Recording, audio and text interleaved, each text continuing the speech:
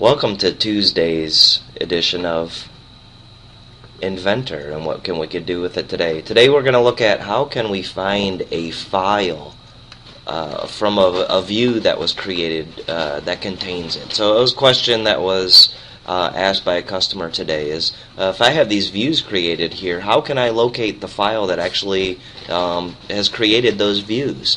Well, a couple different ways that we can go about that. One is, we could kind of peck down in there and find out where that file is located. So for the first part, we could actually, click on the view itself, right-click, and then say Open.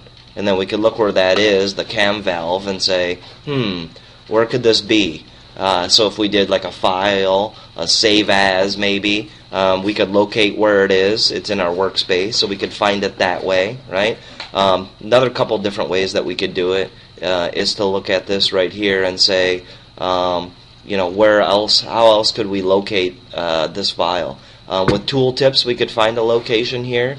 Or the way that I offered the customer would probably be the easiest way.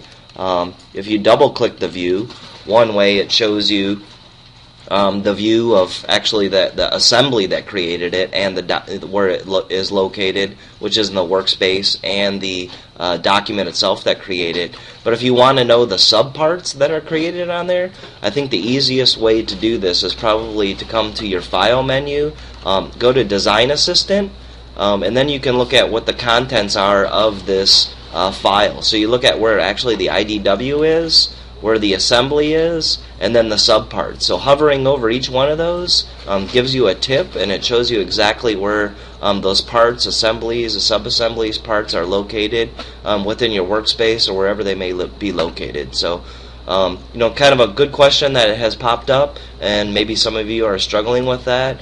And, thanks for our customers out there, and hopefully this helps you guys out and being able to find out where your files are located if they're derived from somewhere you're not sure in your drawings.